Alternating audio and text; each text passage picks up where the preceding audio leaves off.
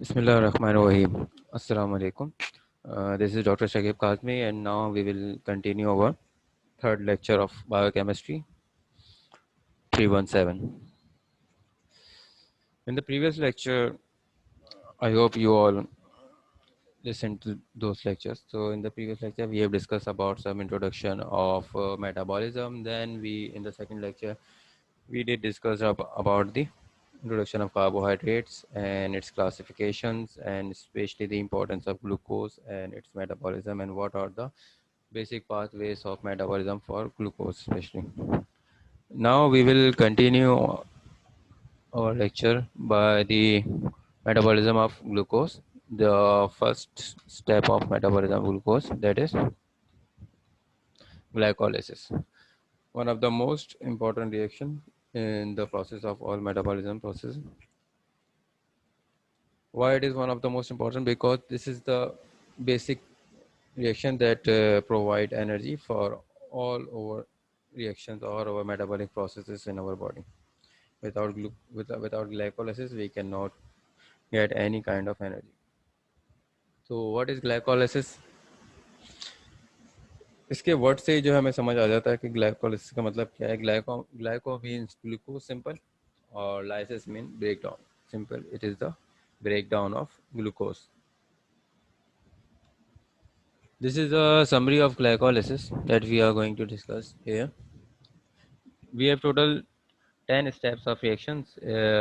At the end, we will get the the end product of this is pyruvate. The overall end product of glycolysis is pyruvate. So the glucose is a six carbon molecule. It will convert into two molecules of 3 carbon pyruvates. Glucose के अंदर हमारे पास 6 carbon की chain होती है, जो कि हमने पहले पढ़ा था. इसको हेक्सोस भी कहते हैं. हेक्सा मतलब 6 और ओस का मतलब होता है कार्बोहाइड्रेट्स. तो 6 carbon containing carbohydrate is glucose. तो एट द एंड प्रोडक्ट में क्या होगा, हमारे पास पायरुवेट होगा. पायरुवेट जो है वो हमारे पास 3 कार्बन चेन का एक कंपाउंड है.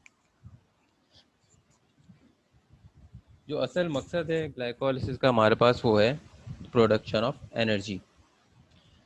So in order to understand the energy, we have to understand what is ATP and what is NADH. ठीक है.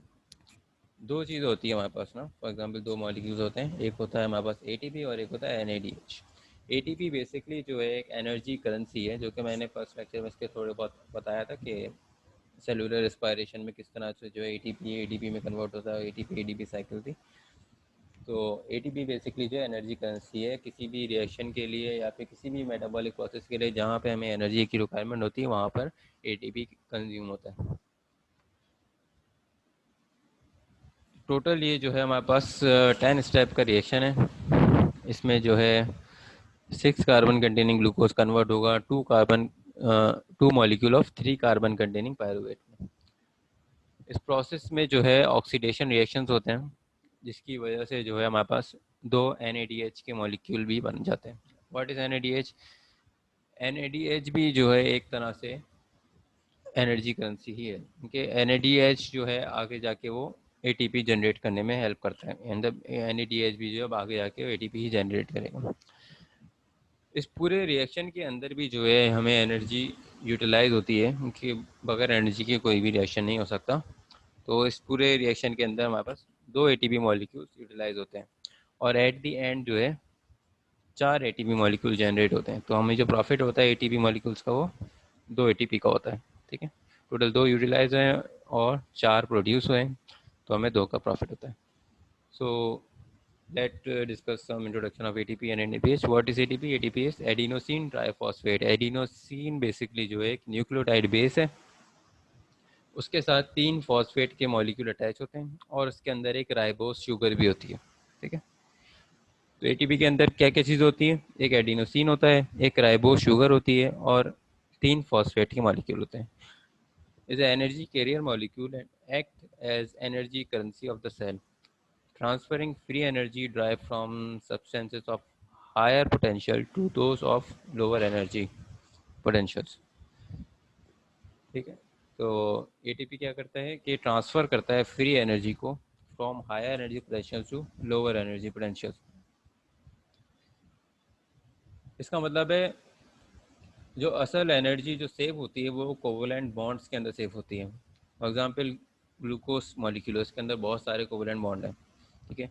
हर कोवलेंट बॉन्ड जो कि कार्बन और हाइड्रोजन या फिर कार्बन और ऑक्सीजन या फिर हाइड्रोजन और ऑक्सीजन के बीच में, अब हर कोवलेंट बॉन्ड के अंदर एक specific amount of energy save होती है। डिपेंड करता है कि कोवलेंट बॉन्ड की स्ट्रेंथ कितनी है।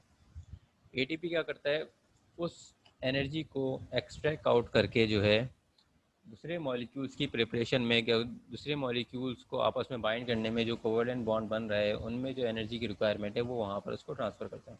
तो ये क्या कहलाती है, फ्री एनर्जी कहलाती है। NADPH क्या होता है? NADPH is basically nicotinamide adenine dinucleotide phosphate. ये थोड़ा मुश्किल सा नाम है, ज़रूरी नहीं है इसको याद करना है, एक दफ़ा समझ लें ज़्यादा बेहतर है। Is a cofactor used in anabolic reactions like in the biosynthesis of lipids, fatty acid glycolysis, neurotransmitters, nucleotides, and amino acids. It also plays a major role in plant photosynthesis as an electron acceptor in the light reaction and donor in the light independent reactions.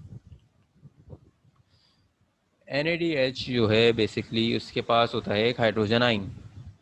अब ये hydrogen ion जो है as a reducing agent use होता है बहुत सारे chemical reactions में, ठीक है। रिड्यूसिंग एजेंट ऑक्सीडाइजिंग एजेंट क्या होते हैं, ये आप लोगों ने इंटर में पढ़ा ही होगा।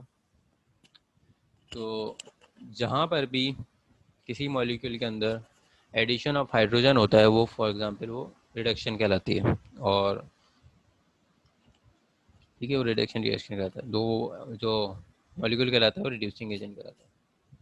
तो NADH एक को फैक्टर है। को फैक्टर का मतलब होता है कि किसी भी एंजाइम किसी भी रिएक्शन के अंदर सबस्ट्रेट को प्रोडक्ट में कन्वर्ट होने के लिए कुछ रिक्वायरमेंट्स की नीड होती है। वो रिक्वायरमेंट जो है वो कौन प्रोवाइड करता है, वो को फैक्टर प्रोवाइड करता है, ठीक है।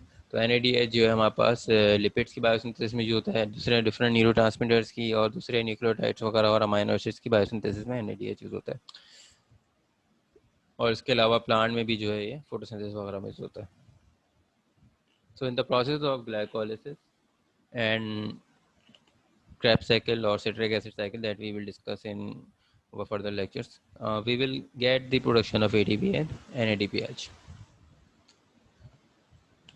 So this is the overview of major pathways of glucose utilization कि ग्लूकोज हमारी जो बॉडी में होता है वो कहाँ कहाँ यूटिलाइज हो सकता है, उसकी क्या क्या पॉसिबिलिटीज़ हैं।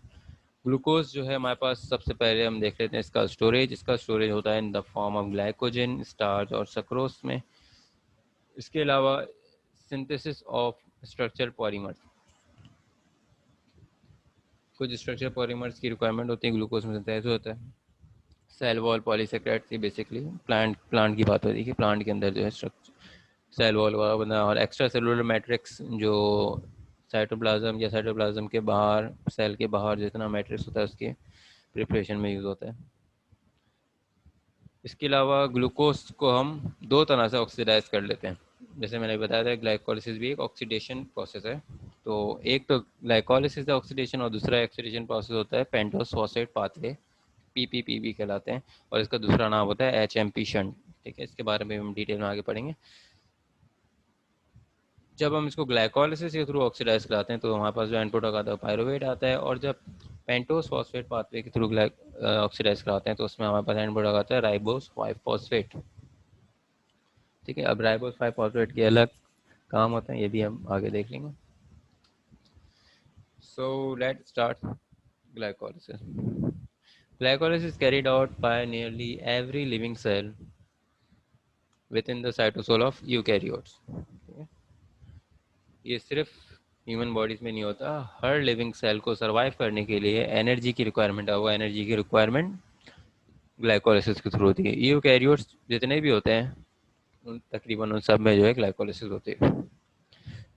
कहाँ होती है? Cytosol. Cytosol is the solution of cytoplasm, so it occur within the cell.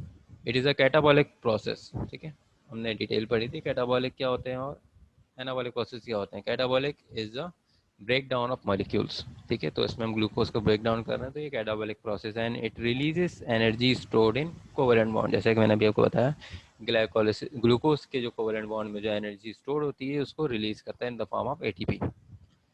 Step wise degradation of glucose and other simple sugar, ठीक है, मेजरली ग्लूकोज की होती है। इसका ओवरव्यू देख लेते हैं हम। इसमें टोटल हमारे पास 2 फेज होंगे।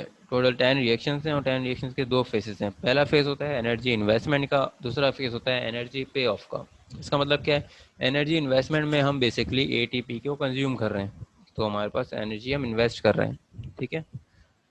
एटीपी हमारे जो है खर्च हो रहे हैं यहाँ पे। तो पहले रिएक्शन ऐसे देख लिया आपने, ग्लूकोज कन्वर्ट हुआ फ्रक्टोज 1,6 बाइफॉस्फेट में, तो यहाँ पे 2 एटीपी मॉलिक्यूल्स जो है कंज्यूम हुए और एडीपी बन गए, एडिनोसिन डाइफॉस्फेट, और फॉस्फेट जो है आके फ्रक्टोज से बाइंड हो गया। इस तरह से एनर्जी पे ऑफ के अंदर जो है हमारे पास 2 एडीपी मॉलिक्यूल आए हमारे पास, और वो फॉस्फेट लेके जो है उन्होंने एटीपी बना दिया, एडिनोसिन ट्राइफॉस्फेट, दोनों जगह पे आप जैसे देख सकते हैं, ठीक है। So let's start stepwise.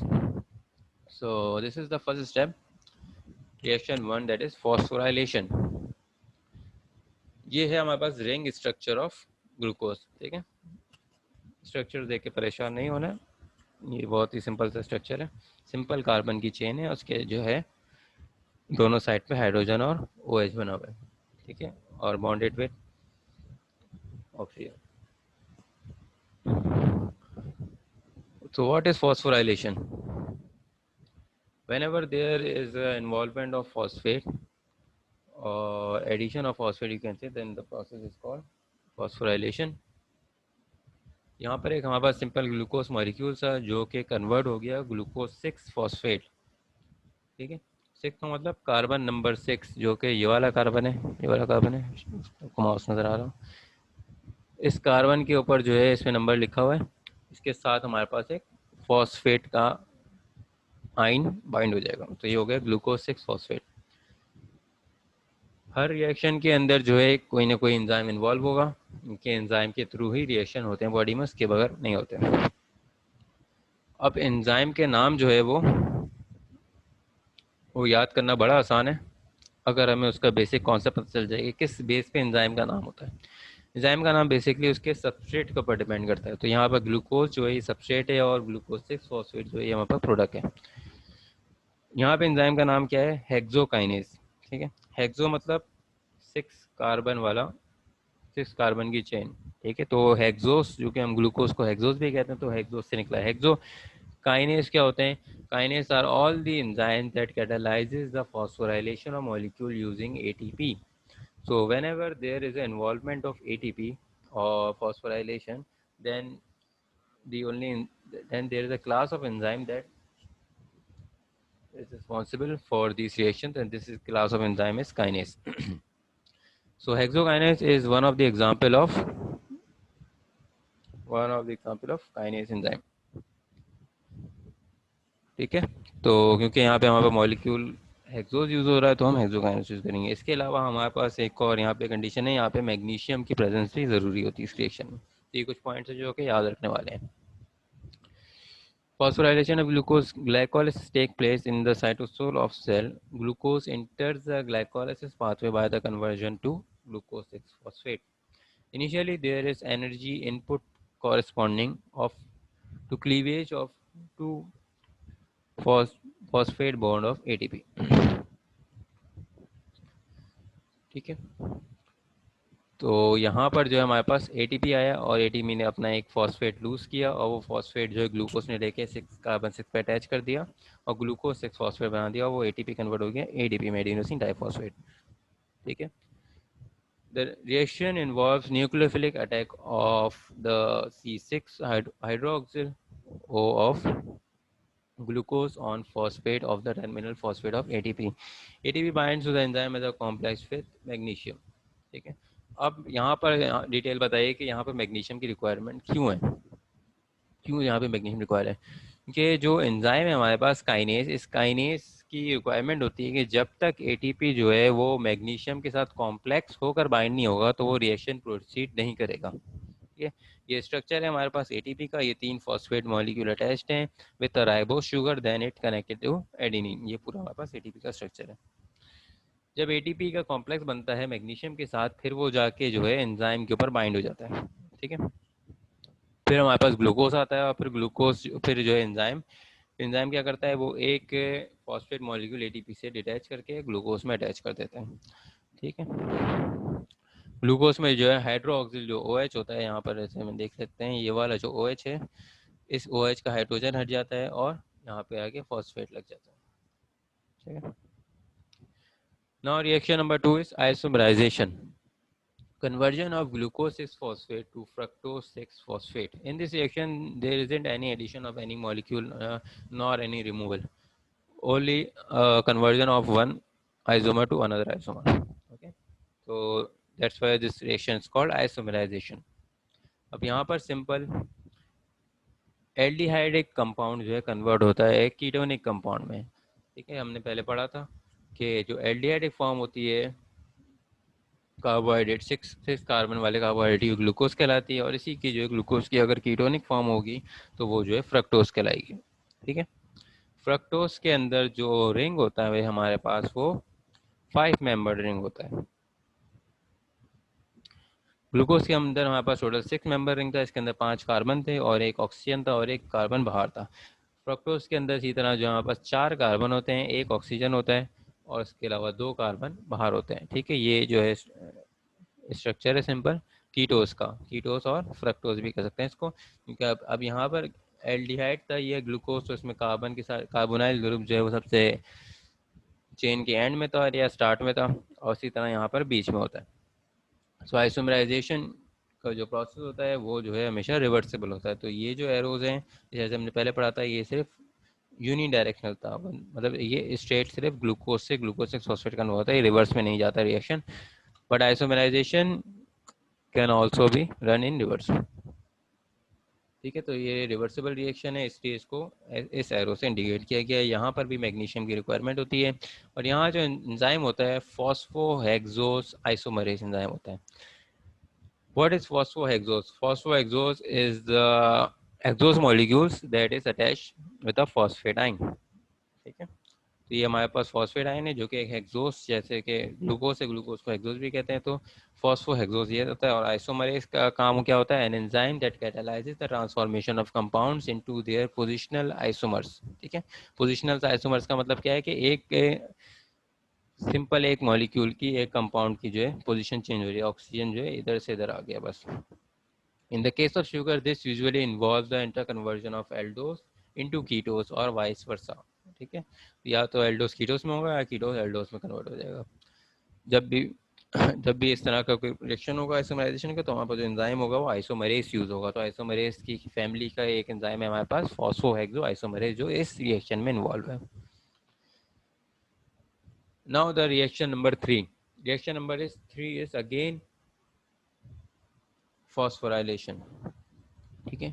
तो पहले स्टेप में भी हमारे पास फॉस्फोराइलेशन थी, एक एटीपी आया था और हमारे पास ग्लूकोज 6 फॉस्फेट था। फिर दूसरे स्टेप में हमारे पास ग्लूकोज 6 फॉस्फेट कन्वर्ट हो गया फ्रक्टोज 6 फॉस्फेट में, सिंपल आइसोमराइजेशन थे।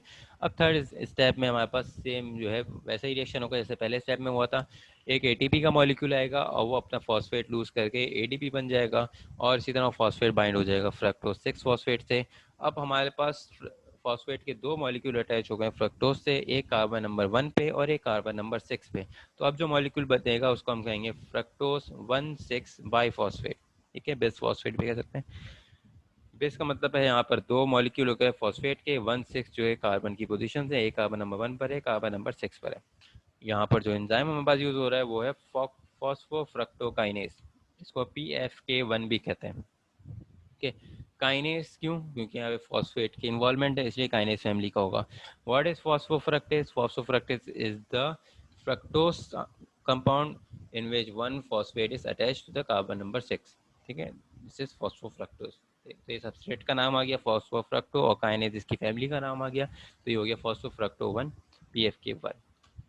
वर्ड, अब इसकी डिटेल पढ़ लेते हैं। This is highly spontaneous reaction has a mechanism similar to that of hexokinase।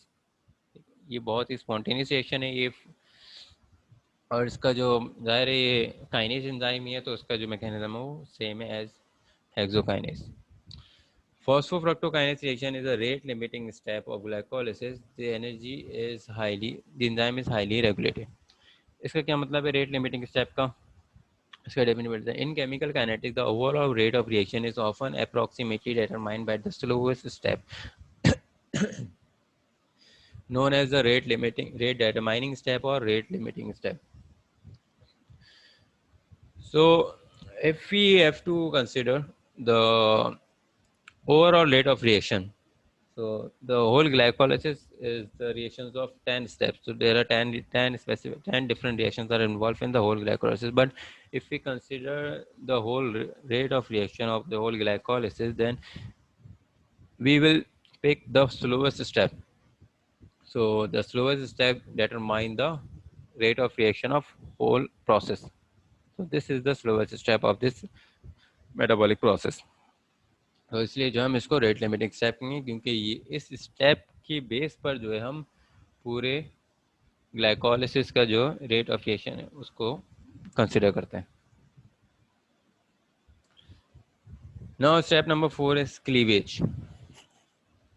In this step, we have to break down the fructose molecule into two different molecules.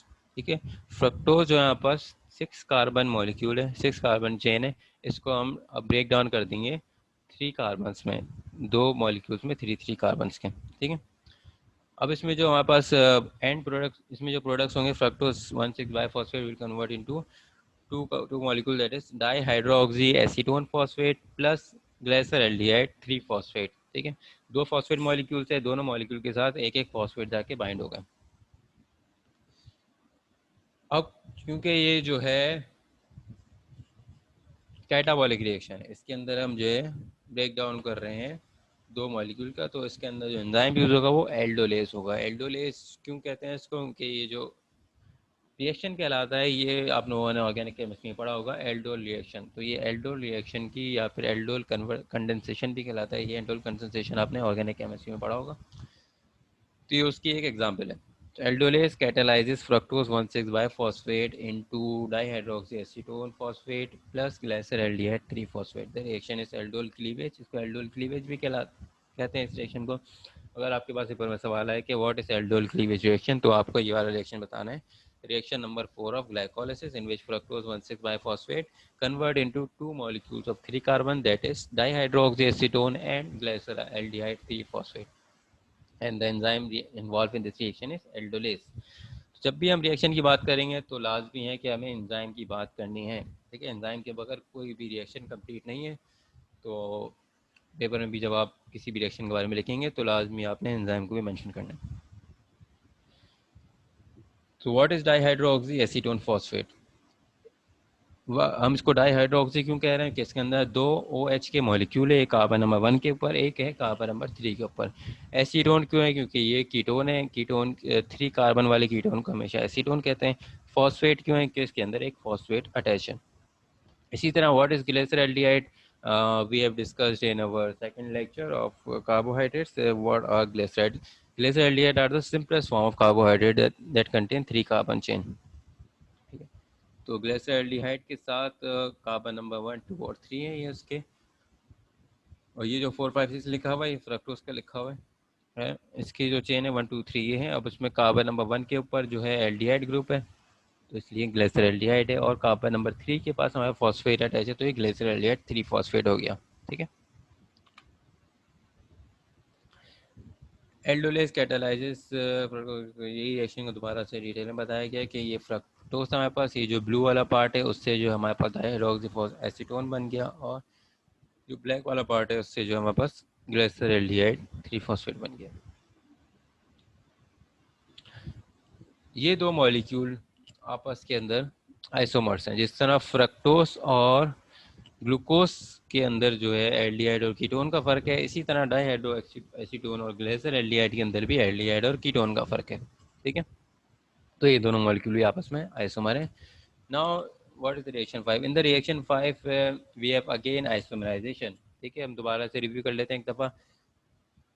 पहले वाले reaction में हमारे पास क्या हुआ था? फॉस्फोराइलेशन हुई थी, एक फॉस्फेट ऐड हुआ था ग्लूकोज के अंदर, और बना दिया था ग्लूकोज 6 फॉस्फेट. फिर सेकंड रिएक्शन में हमारे पास आइसोमराइजेशन हुई थी, ग्लूकोज और फॉस्फेट कन्वर्ट हो गया था, फ्रक्टोज 6 फॉस्फेट एंजाइम जो है आइसोमरेज यूज हुआ था। फिर तीसरे रिएक्शन में हमारे पास अगेन फॉस्फोराइलेशन हुई थी, फ्रक्टोज 6 फॉस्फेट कन्वर्ट हो गया था फ्रक्टोज 1,6 बाय फॉस्फेट, तो फॉस्फेट के मॉलिक्यूल अटैच हो गए थे। फिर हमारे पास फोर्थ रिएक्शन में हमारे पास क्या हुआ कि ब्रेक डाउन हुई, क्लीवेज हुआ by the help of enzyme aldolase. किसका क्लीवेज हुआ? फ्रक्टोज 1,6 बाय फॉस्फेट, वो कन्वर्ट हो गया डाइहाइड्रोएसीटोन और ग्लिसरॉल्डिहाइड। अब हमारे पास दो मॉलिक्यूल हो गए। अब इन दो मॉलिक्यूल से डिफरेंट दो चेन्स अलग नीचे आएंगे, ठीक है। डाइहाइड्रोक्सी एसीटोन का अलग पाथवे होगा और ग्लिसरॉल्डिहाइड 3 फॉस्फेट का अलग पाथवे होगा। हम रिएक्शन नंबर 5 में पढ़ेंगे डाइहाइड्रोक्सी एसीटोन का क्या फेट है। डाइहाइड्रोक्सी एसीटोन कन्वर्ट हो जाएगा ग्लेसर एल्डिहाइड 3 फॉस्फेट में, तो हमारे पास दो मॉलिक्यूल हो जाएंगे ग्लेसर एल्डिहाइड 3 फॉस्फेट के। और ये कन्वर्जन क्यों, ये किस तरह होगा? ये भी आइसोमरेज एंजाइम से होगा, क्योंकि यहाँ पर आइसोमराइजेशन है फ्रॉम कीटोन टू एल्डिहाइड, ठीक है। ये कीटोन है हमारे पास, डाइहाइड्रोक्सी रिकन्वर्ट हो रहा है एल्डिहाइड में। तो एंजाइम यूज हो रहा है हमारे पास ट्राइओस फॉस्फेट आइसोमरेज, TIM भी कहलाता है। What is triose? ट्राइओस मतलब chain of 3 carbon of carbohydrate, ठीक है। एक कार्बोहाइड्रेट मॉलिक्यूल जिसके अंदर 3 कार्बन इन्वॉल्व है, फॉस्फेट उसके साथ एक फॉस्फेट मॉलिक्यूल भी इन्वॉल्व है। अब ये दोनों के दोनों मॉलिक्यूल जो हैं ये कार्बोहाइड्रेट्स हैं और दोनों के अंदर 3 कार्बन हैं, ठीक है। इसलिए ये रिएक्शन जो है क्या है? रिवर्सिबल, जो कि आपने एरो देख रहे हैं दोनों तरफ है। तो ये इन दोनों में दोनों ही सेपरेट हैं और दोनों प्रोडक्ट हैं। रिवर्सिबल रिएक्शन में जो है प्रोडक्ट जो है सबस्ट्रेट भी होता है, सबस्ट्रेट जो है प्रोडक्ट भी होता है।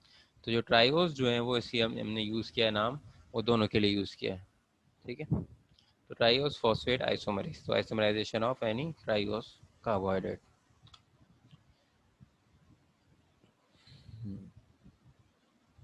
जी काफ़ी लंबा हो रहा है lecture. Now we have reaction number 6। Total इसमें 10 रिएक्शंस हैं जो कि हमें पढ़ने हैं, इसमें हमने 5 पढ़ लिए हैं।